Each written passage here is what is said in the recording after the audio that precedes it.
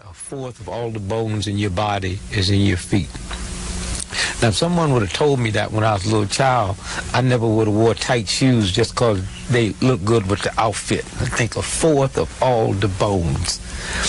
And so I got to thinking, I used to look at these old black men. And then once I became famous and could travel, I noticed something about old Jewish waiters in New York City. I mean, it looked like the shoes they wore, the high tops, and looked like it had soup on it from the first day 40 years ago. But I noticed all the shoes had holes and little cuts, and they was turned up. And then I realized, thinking of those old black men and women who had calluses, who didn't know there was such thing as a foot doctor, okay? And you notice that they would cut the shoe. And then I realized, when I look in them old shoes, they would start wearing out from the inside. And then one day it dawned on me, there have never been a shoe that a human have made that could wear out a pair of God's feet. So if you wear a tight shoe, you get a little rub, then you get a blister, then you get a corn, and you get a callus. And thinking that a callus will wear a shoe out, and I realized that black folks, oppressed folks, we have a callus around our soul, and if you don't cut that shoe, the shoe will be wore out from the inside. Now, the significance of this is, I have no control over that. I don't care how much I like this shoe. There's a universal God force that says, you can't rub me like this without me reacting. And so I'm saying to America that we have a callus around our soul, and it have nothing to do with me being polite or trying to peacefully coexist. See, there's nothing I can do in my automobile. I'm so busy, I can't stop for gas. When it runs out, it stops. And I think in America, no one in the history of this planet have made the progress that we African Americans have made in a 30-year period. Now, let me say this again.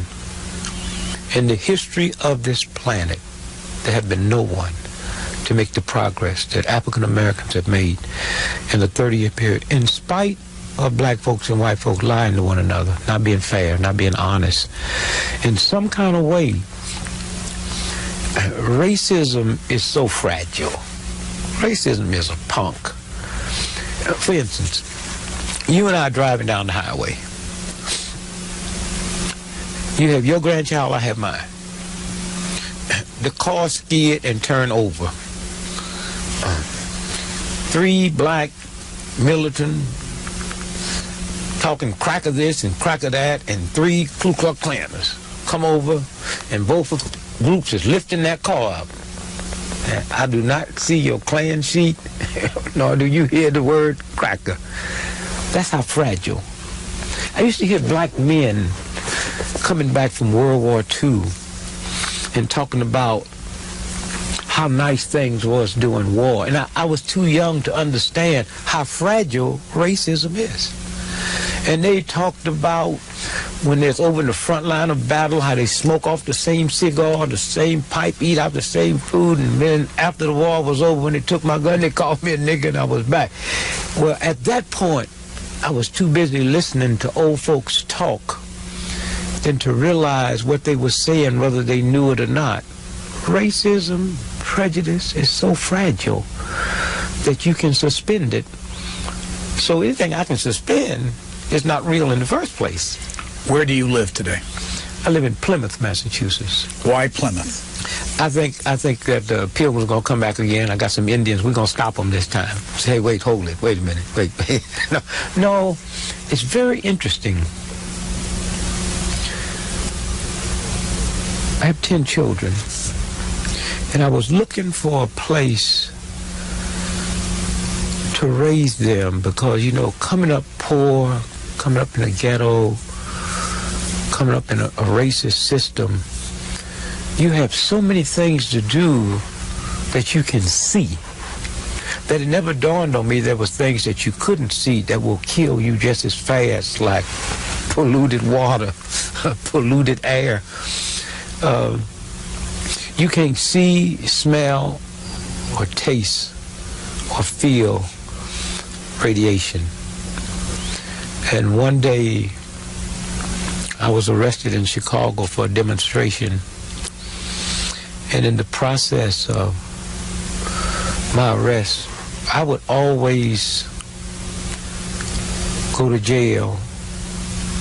And I said, well, I'm not in jail for committing a crime, so I don't think I should be punished. I don't mind going to jail, so I'm not going to do no work detail. And that would aggravate people who was even thought what you was doing was right, but now you on my turf, and so I wouldn't do anything. And it saved my life. You know, that's why I say this movement owe me nothing. You know, I came through. The awful thing about being poor is you get hung up with wanting to get from here to there and don't know what they went through. You see this luxury, but you don't know if it was an insurance fraud. You don't know if a wife or a husband died in a plane wreck and that's how the money. You just see the luxury and you want to get there. And I'm laying in bed in jail and I'm not asleep. And I'm fast. I always refuse to eat when I go to jail or drink any water. And laying there, I had this vision that Chicago was on fire. And it was kind of interesting because I always felt there was something wrong with Mrs. O'Leary's cow. I mean, if you think about how sexism affects our society today, can you imagine what sexism, where did she get them cows from? I mean, Mrs. O'Leary's cow? So I used to do a line that said, what happened is Mr. O'Leary got drunk and went out in the barn and milked the bull by mistake. That's what caused the fire.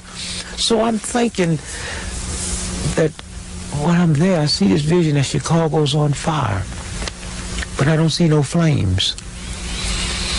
And I see this guy standing at the door, a white guy, with a little smirky grin on his face. And so I come out of it, and I really wanted to tell myself I'd been asleep, and I hadn't been. My wife was in the hospital having our 10th child. And when I got out of jail, I just realized I had to get out of Chicago. Something was going to happen. I didn't know what it meant. Chicago's burning, but there's no flame.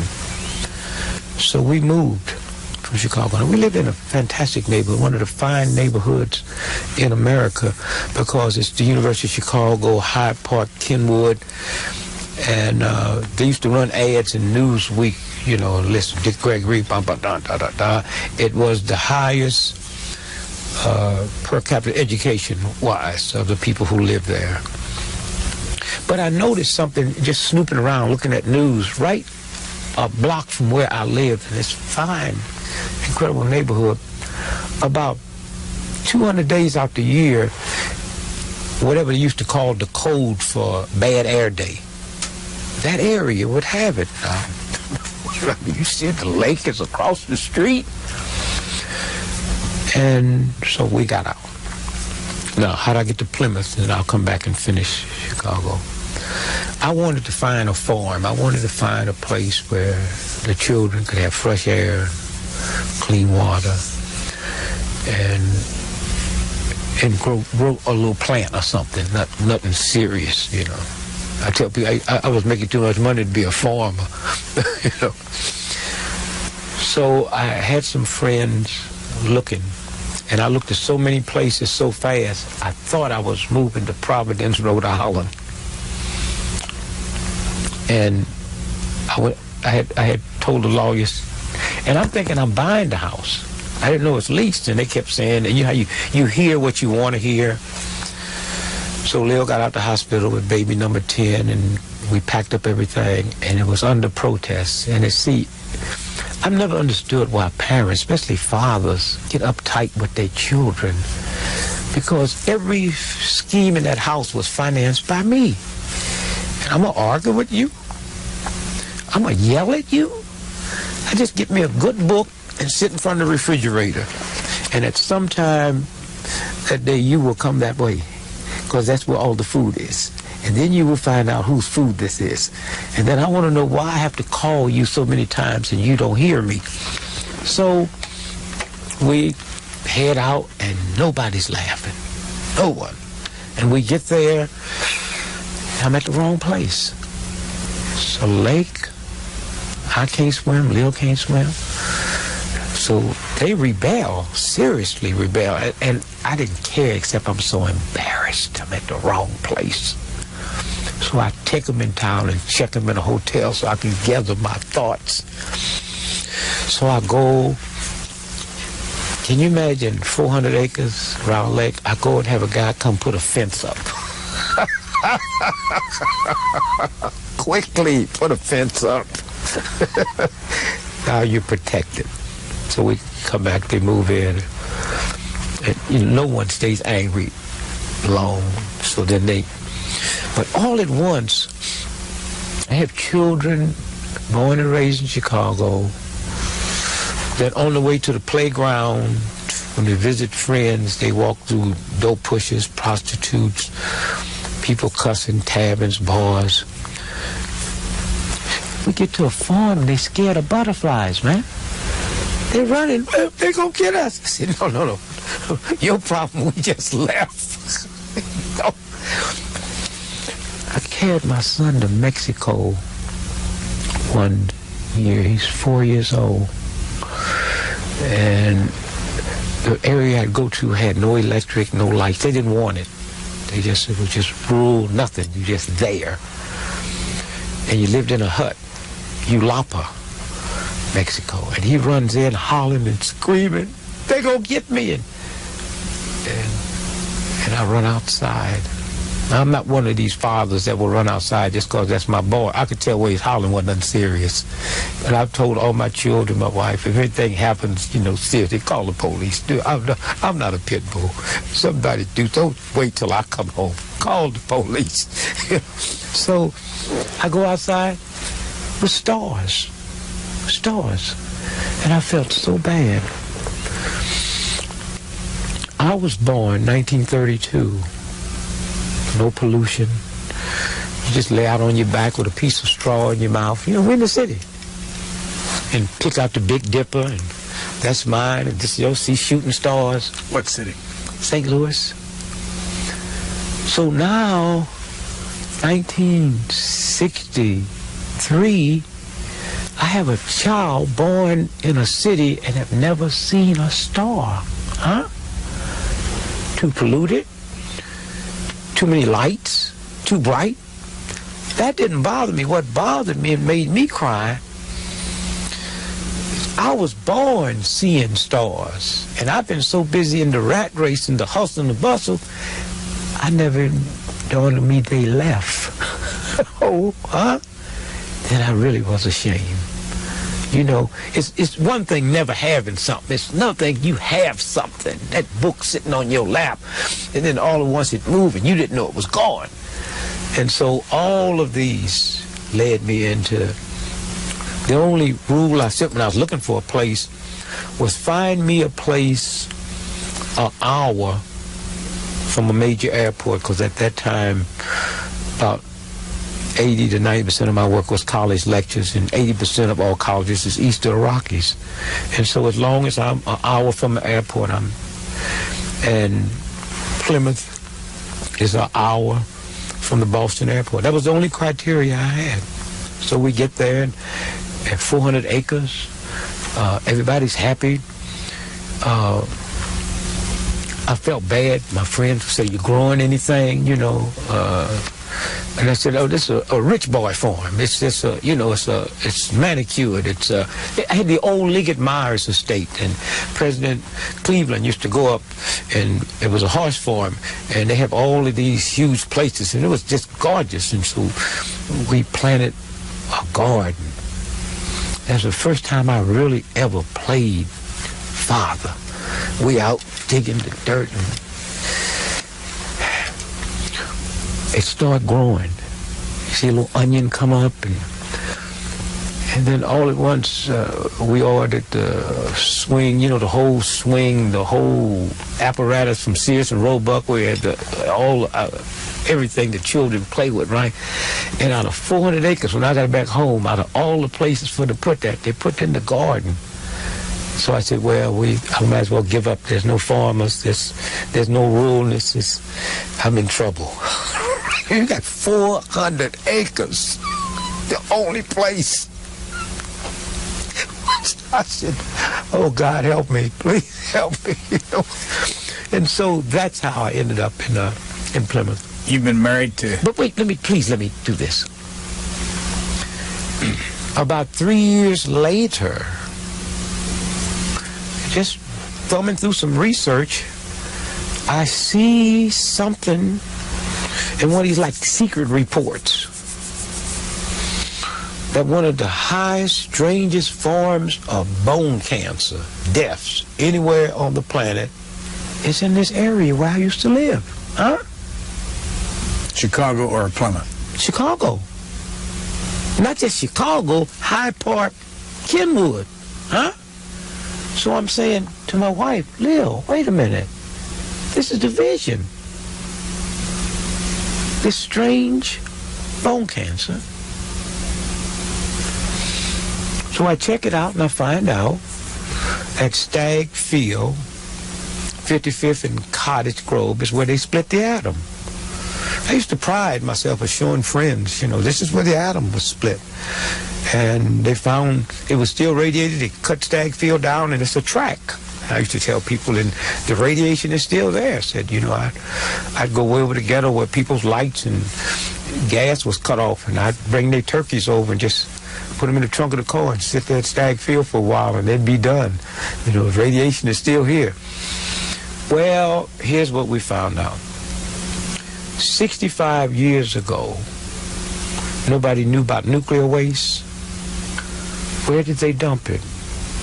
Well, when they got ready to build new buildings, University of Chicago, they dumped it in cement. And that was division. Chicago's on fire. Flames are not there. And I just wanted to finish that. That's the reason I left Chicago. Second, right behind that, because I couldn't tell anybody that. They think you're crazy. So I had to really blame it on, let me find a place that's not as polluted, that fresh air.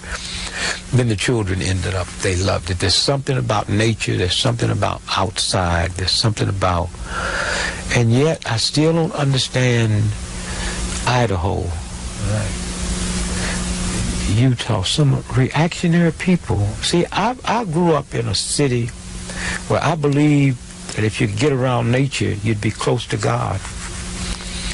As I go around the world and see beautiful places, and you see that meanness and that, and then you can go into little conclaves where you would never expect you could find love, and there you can find love. You spent how many years at Southern Illinois University?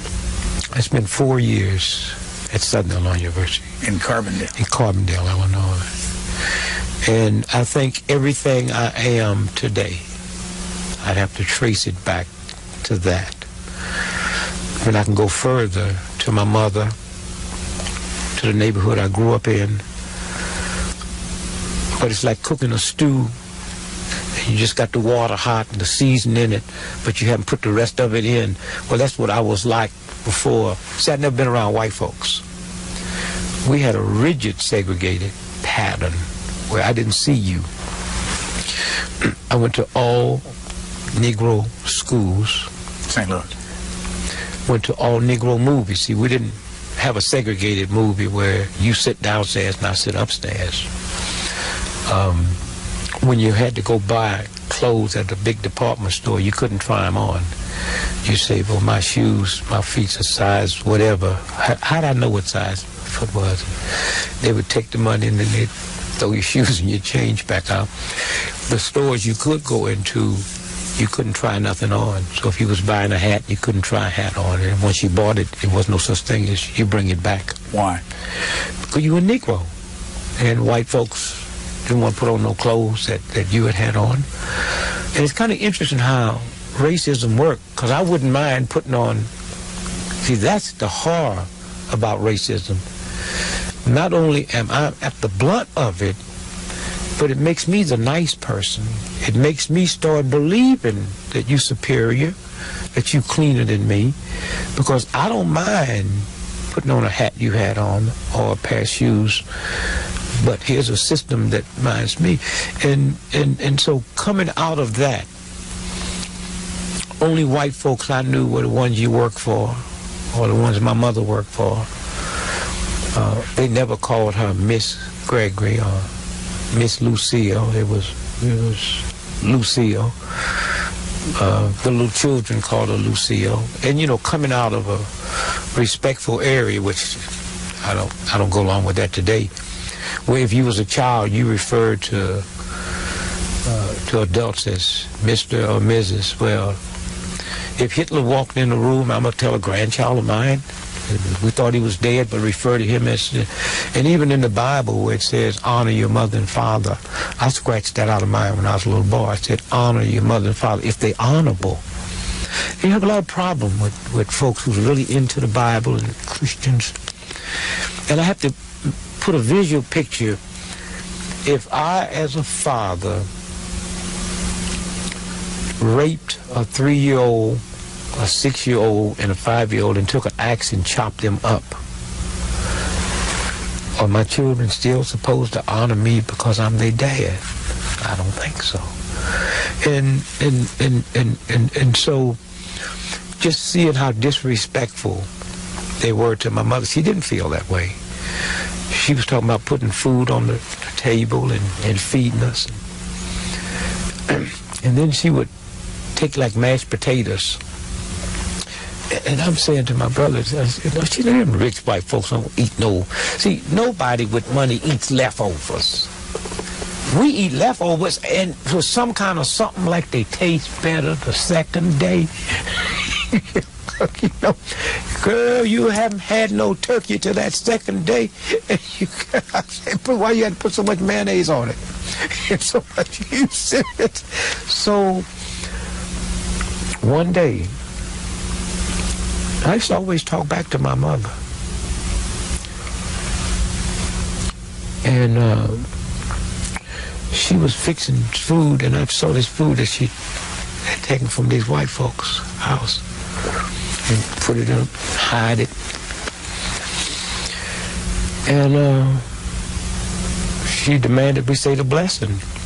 So I said, I'm not praying over stolen food. And she, who said that? And I've always wondered why parents do that. That's giving you another chance. And so naturally, I'm not going to say it, you know, because my mother would attack you. She's a nice, sweet lady, but she took nothing. I said, who said that? And everybody looked at me. No child of mine will sit at this table and eat without praying over food. So I don't pray over stolen food. What do you mean by that? You taking this food. See, I was heavily influenced by movies. John Wayne, Humphrey Bogart, those were my heroes. And I used to want to be like them, man. They wouldn't take nothing off nobody. I know if Humphrey Bogart's mother had took some mashed potatoes that the white folks wasn't going to eat the next day, he wouldn't pray over it. Now, it would be nice if my mother knew they wasn't going to eat it and was taking it, but she was hiding it. So she hit me. And then I kind of looked. My mother had a lot of sense, man. She'd be hitting you, but she'd be listening if you'd be talking back to her. I say, if you come downstairs in the basement and pray over what I stole, I'll come back over here and pray over what you stole. So I'm a better thief than you. I just can't justify mine through religion. And she heard me. And then I was sorry I said it. She just sit right down and hugged me, and she started crying.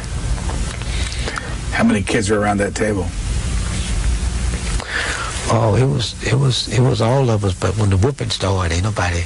How many are there? Were there any? It was 6 of us. 4 No boys. father. No father. Big press. Big press. Where was he?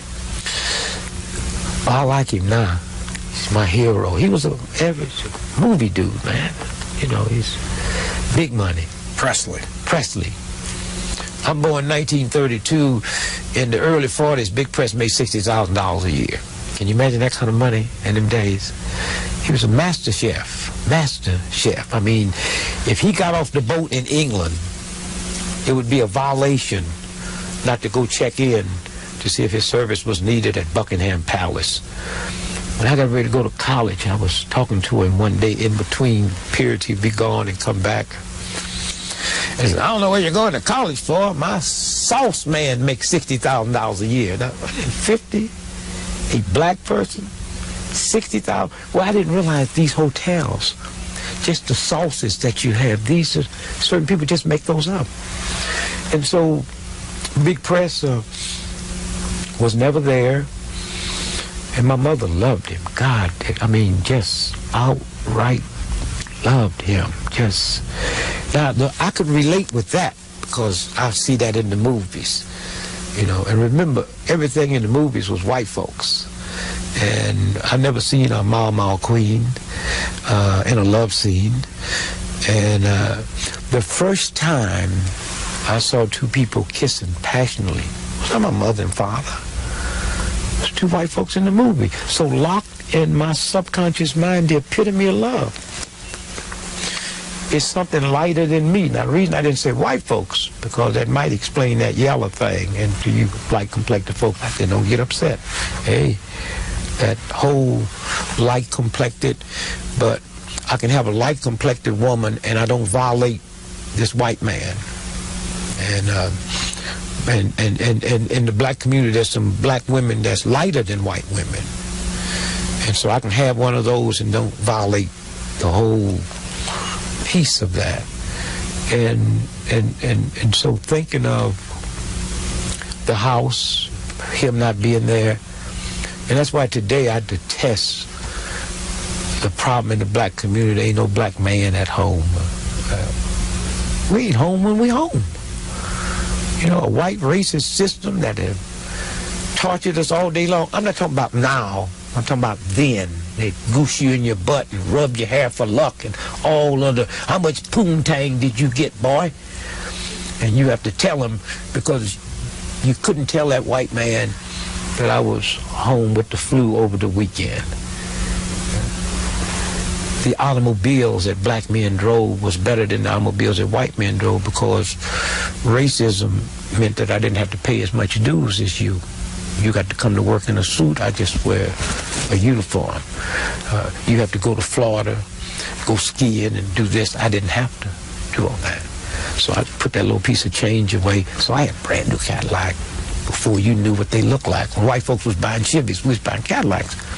But we couldn't take them to work. We'd have to drive them and get out 6 blocks before work.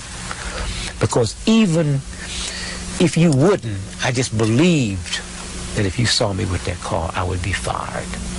And that was the atmosphere that I grew up in. And so to be told the problem, there's no man at home, and then I get grown one day and realize Hitler had a mother and father. Hello. Jack the Ripper had a mother and father. Hello. And Queen Elizabeth make $300 million every 24 hours just interest on her money. Oh, that's big paper. And she lives in this huge Buckingham Palace with Philip. Now, they might not sleep together, but they've never been separated, no scandal. And you can't find no more dysfunctional children than hers. So that whole thing about, and then I get to thinking, the mafia. Now, you tell me about family value. You can't find family. Oh, mama mia. You can't find nobody close. They don't care nothing about nobody else's. And so when you sit and look at all of these myths that a white racist system, first, it is impossible for me to be a racist. There's a lot of black folks that's not even aware of that. I can dislike you because you're white. I don't have to know what you are. That's prejudice. I can dislike you because you're Jewish, because you're Irish Catholic. I can dislike you because you're Hungarian. That's prejudice. The word racism means the ability to control somebody else's faith and destiny.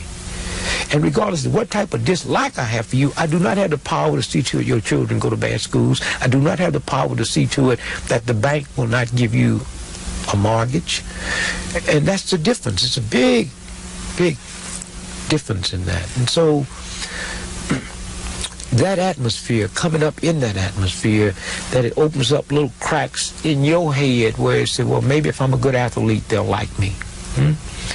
Maybe if I'm a good... and then you grow up one day and you look at the other side of this now, because I'm with you every day and you with me every day. So those tales work both ways. I believe that all white men had little bitty peewees. I mean, I never seen them, and there was a whole lot of white men. Mine was hanging down to the ground. And that might be the only thing I hate giving up with integration, that I had to go to the toilet with you. And I remember one time I called my wife and said, I'm in a state of shock. Let me tell you about this white boy that just peed next to me. All the myths went out. So, as a child, there was white folks that say all niggas got tails. Well, how would you know? They happy. The closest you'd come to a black was my mama, who you call gal, and she was always happy. Even when she was sick, you didn't know it because she had to go to get the money to come back and feed us. And now I've taught my children death is better. There's something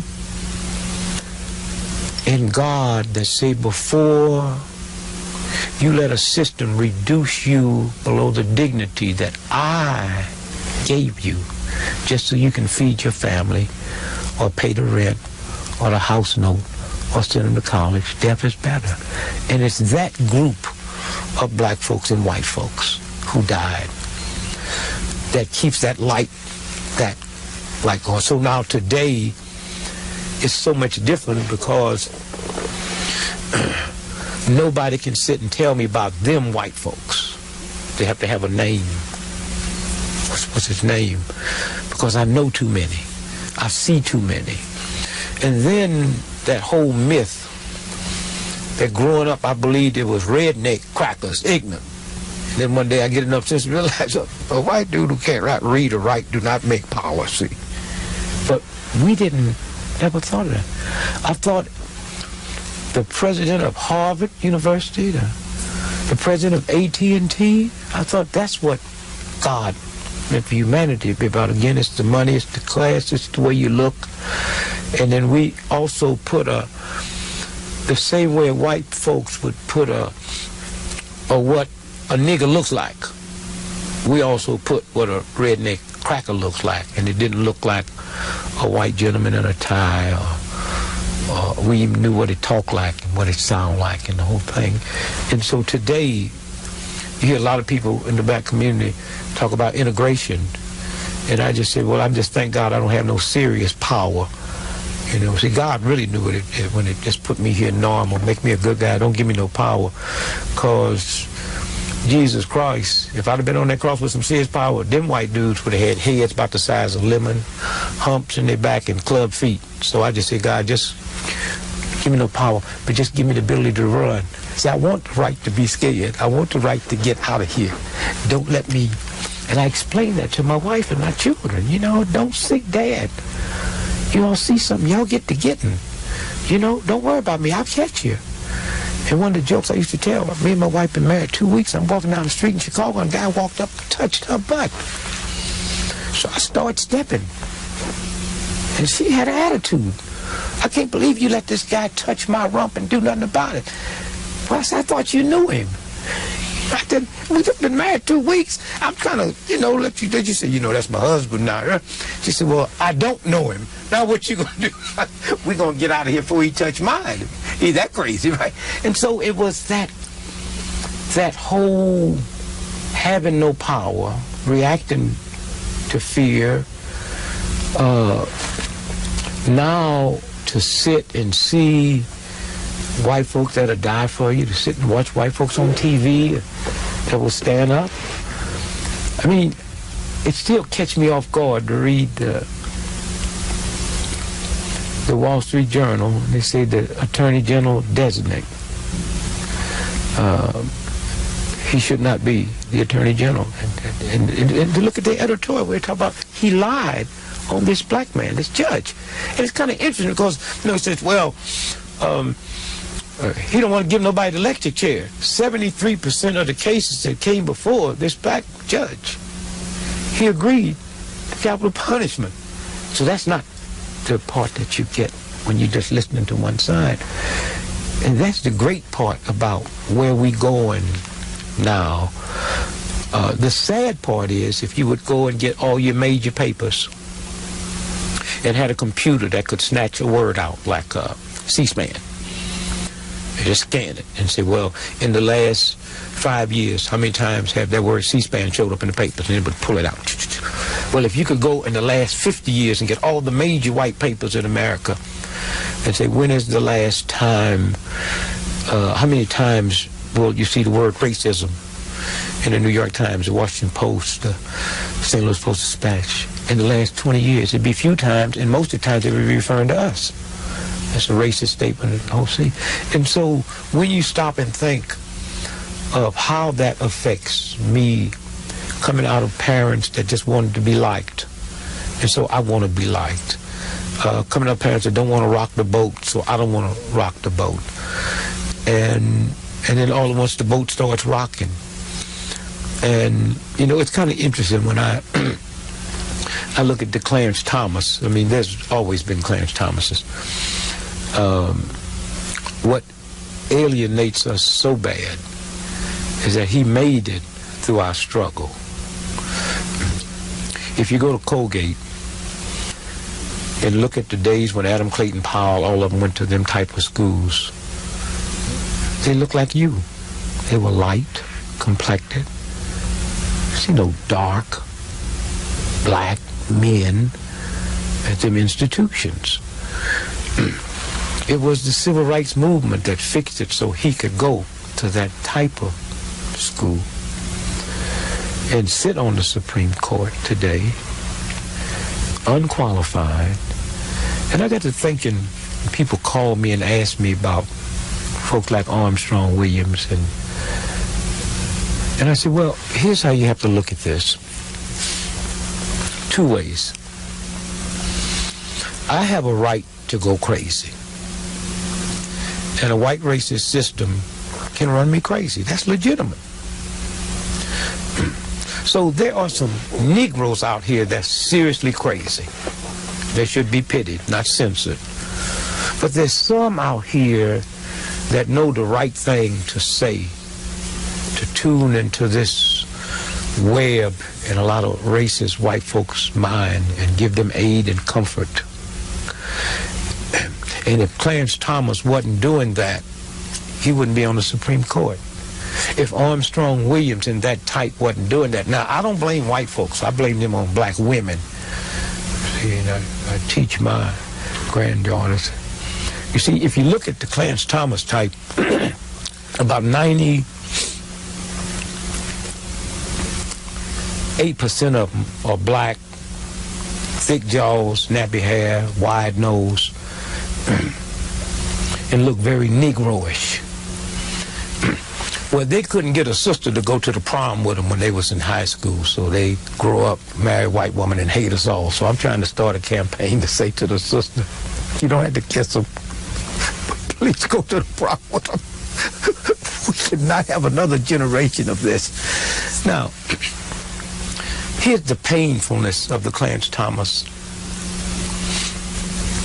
When I think about one day when we sit down and really write the history. Now, Clarence Thomas will never be on a stamp, but Malcolm X is, because fair people sit and listen to what Malcolm said. I would have said the same thing.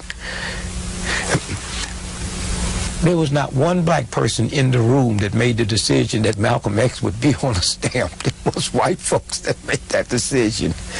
Now, all of these white folks who they think like them, you see, and then they attack people like us to say, well, there's more than one side. Well, man, we grew up with black Republicans, huh? Martin Luther King's mother and father was Republican. Jackie Robinson was a Republican. All the honorable people in the black community that would take time to talk to you, that would say, you should do this, son, and you should do this. I heard y'all making too much. Those were Republicans. that told you about going into business, about get a good education. This new thing out here is a trick. It's insulting to us who have a lick of intelligence, a lick of sense. There's so many. Gregory Fletcher that wrote what we know now as affirmative action. He's a Republican. When I think about Brother Bob Brown, who sat right next to Nixon, a Republican. When I think about Coleman Cottrell, these beautiful black business folks that would never stoop. So I do two things now. See, here's how you deal with this. When you see the Clarence Thomases in them, and the Armstrong Williams in them, who would do a whole column if three white cops was killed by a black dude. But when white cops kill black folks, you don't hear from them. There's something wrong with that.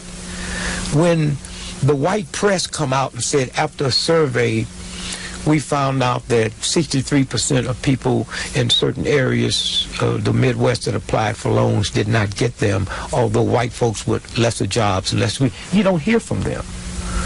And so what they doing is on the backs of the decent white folks and black folks. It's almost like a chump that didn't go to war talking that war game because it makes the people feel good at the Veterans Affair, and he's laying up in VA hospitals and he's getting all these benefits, and the people in the VA hospital is so nothing. They so glad to hear somebody talk war talk. It never dawned on them that he's never paid those dues. He was never there. And so consequently, when you hear that and you see that and you read that and you feel that, I say forget that this is the year 2000 and make believe it's 1930 and make believe that's not a black person you hear. Make believe this is not America, it's Nazi Germany, and make believe that wasn't television, it's radio, and that's a Jew saying the same thing to make the Germans feel good that they're saying, trying to appeal to that mentality of white folks, and then you get the right picture. Now, if that Jew had gone crazy, then that Jew should be censored, away and treated, not censored. But if that Jew is doing that, and that's the same way. And then when I listen to him today and I think about Branch Rickey, wow, man, it's scary. Here's a black man that grew up in a black neighborhood, come through the womb of a black mother who's been oppressed and misused. And here's a white man that never had a black mother, that under all normal circumstances had no reason to relate or put his job on the line. And he says, I have to do it. And then you start putting it in the right. And what he did with Jackie Robinson changed the whole world.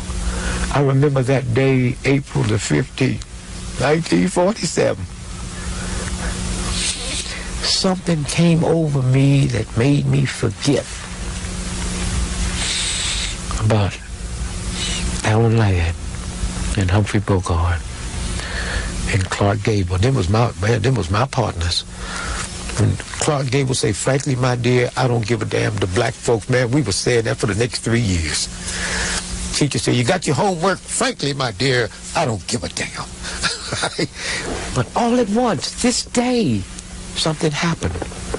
I didn't realize the significance of it until grown and realized the role that sports play in the psychic of human beings, and realized that here in the civil rights movement, there was people say, well, what do they want? I mean, but all at once, this is America's game. This not football then. This was America's game. And here, not just a black cat that came up, but would come through. And you just felt so good. You felt human. And it wasn't a Joe Louis. The Joe Louis time had passed. Here's a guy, we didn't know Jackie Robinson finished UCLA. We didn't know because of the way racism affects us. He sounds white. We think that's the way you should sound. And he don't walk like a sharecropper. We didn't know he was from California. We just know. And what it was is here's a dark man that fits everything in our psyche that a white man would, except he's just chocolate. He didn't sound Negroish. He didn't walk Negroish. He didn't sound Southern. We didn't know that he wasn't. And so all at once, this excitement, and then things start breaking down. And I'm sure one day when 100 years, 200 years from now, when people sit down and start running an honest trail, it will be that. Joe Louis is very interesting. Very clever what they did with Joe Louis. Racism was so bad that Dick Gregory, you cannot get in here and hit that white man in the face. They'll run you out of here. And then raise your hand. So if you go back and look at all Joe Louis's pictures after a fight, now you can't tell him he can do it for black. So after all of Joe Louis's fight, you never saw him doing this. That's why when Ali did it, it meant so much to me. Joe Louis couldn't do that. He just say, Mama, she was glad I win. Want me number, Mama. And that didn't threaten no one at all. And so all of those made the steps clear for someone else. And then you sit and you listen, and society's been so warped. And then I look at America today, the most Christian, the most religious. Nobody talks about family values like America. And yet we 6% of the world's population, 79% of all the world's hard drugs we use. What God we praying to? We consume more alcohol as a nation than almost any nation in the world. Every 4 seconds, you and I have been sitting here, a woman in America has been beat up by her boyfriend, her husband. We're not talking about strangers. We're talking about somebody in the house with me. And so all at once you sit and you say, well, wait a minute. And then you see how this corrupts the fabric. In other words, if you ask someone, what do you think of when you hear the word God? And it's amazing the different things that people say. So it's my Father. I think of the Son. I think of the Holy Ghost. I think of Jesus. Just, so what do you think of when you hear the word Father? And it's kind and loving. I think of the Creator. I think of my Father. I said, well, how can you, in a Christian praying society, let a handful of evil old degenerate pimps take the mafia syndicate hoodlums, the scum of the earth, and name them Godfather? It didn't bother you. Whew, that's scary. Godfather? That didn't bother you? And then glamorized them. And we sit to the movie and we couldn't get enough of their glamour. Why? Because in a country that's so spiritually whipped, if you got a nice suit on, remember the mafia never looked bad, tailor-made. They were cool, man. But if we could ever visualize the mafia, just some little roughnecks with some tattoos on and no money, and stealing cars. It's one thing steal a car as a business, another thing steal the car because you ain't got one. We would not tolerate that. And so when you stop and see what Branch Rickey did, that's that little flame. You know, it's kind of interesting that I use the example because we've all been guilty of it. You're walking across the house with a candle, and sometimes your swiftness creates too much wind and it almost put the candle out, and all you do is stop, slow up, and cup it. That's all, you just cup it, and that flame. That's what the civil rights movement was doing, was cupping this candle. And it started flaming, and it started going, and fair-minded people sit and watched, and today you see this mix. And when I left home to go to college, that's the first time I met a white man. As a white man, my coach, my professor. And the reason I say nothing changed me, the stew really got mixed at that white racist college, and I don't think there could have been any more college that was more racist than Southern Illinois University that admitted Negroes. There was probably was worse, but they wouldn't let us in. And I got there, and I heard a white professor, Dr. Voss, say to a white girl in speech that she said, nobody want to hear what I got to say. And he told her a story of when the whole cotton crop was wiped out, and the boll weavers, and the economy of America was about to fall, and we'd been destroyed as a nation, and they didn't know what to do, so they brought this group of scientists in from the South and the North, and they brought a black scientist in with them named George Washington Carver. He couldn't ride on the train with them. He had to sit in the Negro section, and he couldn't stay here in Washington, D.C. with them. He stayed in a Negro home. And after 2 weeks, they couldn't find the answer. And somebody remembered, oh, God, George, we forgot he's here. So they decided that it was going to close the next day as a failure at 12 noon, and they let him on at 11:45. And he spoke at 11:45. Now, here's a white professor at this college telling this white girl this, who says, nobody will listen to me, I have nothing to say. And he said, at 11:45, he started talking, and at midnight, they sent out the third time for sandwiches. And at 6 o'clock in the morning, they were still there. He had the answer.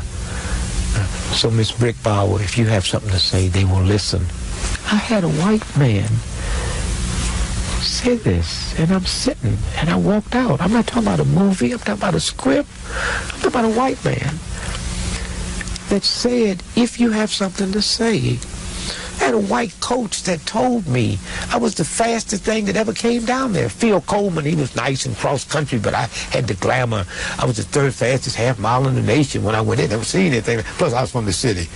You know, I didn't take no stuff off white folks. You know why? Because I didn't know none. You know, nobody had ever taught me how to behave. I hadn't been around them. And so I get there, and he would pull me over, never told me, said, behave yourself. He said, Dick, take deep breaths to where Father takes. He's seriously talking to your boy. I said, Dick, this is just going to be for a few minutes. He says, take you some speech courses and some foreign languages. And when you get out of here, this, and he talked to me the way them old black Republicans used to talk to me. And that was the atmosphere. And a group of us blacks came together, and we changed Southern Illinois University. And I would dare say today, you can't find too many colleges in America that has as high a percentage of blacks as SIU. Black vice president, Gail Sayers became the first black athletic director of a major. All that came from the seed that we planted because we thought more of that college than just to come through and suck all the milk out this breast while I'm coming through. We wanted to leave something, not just for other Negroes, but as an institution. And we sit down and we talked. And we said, here's what this institution is doing for us, what we're going to do for it. Well, we're going to kick its booty, and we're going to bring it down. And we came together one day. 125 years, no Negro had been Outstanding Athlete of the Year. So we went in and said, they got mad, kicked us out. So then we decided that we'd quit. You know, they told us, so what? We can get some more. So I got on the phone and called Central Michigan. Not Central Michigan, Michigan Normal in Ypsilanti, and said, hey, I'm Dick Gregory, and all the Negro athletes, we think about quitting. If we quit, will you take us? They said, sure. So we went back and told the coach, and that night they made me Outstanding Athlete of the Year. That's when I realized bargaining. Same thing with the Theta Xi variety show. A black person that never won it and sang and danced, nothing. So we just bought 50 tickets and went in and locked the door. And I got up, danced, buck danced, sang, and took the trophies. And that's how we beat it down, and one of the fine institutions. Not perfect, won't be perfect until the next group comes in, decides that we're going to change it. And that's what I wanted this book to reflect. I wanted a book that 100 years from now, when black folks and white folks from all over the world sit down and want to look at the movement, they'll have a document. I had no hidden agenda when I put this together. When you see me on the front of that cover there, behind them bars, I have a suit and a tie on. You can never wear a tie in jail because you can commit suicide. They take your shoestrings. That, without saying it in the book, that, I said, America is in jail. And I'm looking through the bars at America. And I hope you liberate yourself, and I hope you're ready for this parole. My nephew took that picture. I was was doing a movie, and one of the scenes was in jail. So before I put my costume on, Melvin Van Peebles, I was doing that. And then we thought, hey, this would make a... And one of the things that I would like to say to you out there is all of you should write a book. Write a book that's going to be sold. It might. But just sit down. Because you are somebody. And just sit down. What I was able to do because of the advance of Sheila Moses, I said, here's what I want. There are 13 books out here. And I don't want you to rewrite with me another book that's the same thing. Certain things will never change. I was born October 12, 1932. I will always be born. That have to be it. When I first wrote my first book, Nigger, I was looking for a white man, not a black man, not me, to write it with me, because the message I had in my first book, black folk didn't need to hear it. White America needed to hear it, who had never been around a Negro doctor or a Negro school teacher or a Negro principal. And so I wanted to put my life in his head, let him spit it out, so it would have the... This time I wanted black folks and white folks and humans. And Sheila Moses was that person. And I said, go around the world, interview whatever you have to interview, and then come back with the skeleton, and then we'll put the meat on the bones, and we ended up with Callous on My Soul. This is the cover of the book. Our guest has been Dick Gregory, and the book is Callous on My Soul. Thank you very much. Thank you, brother.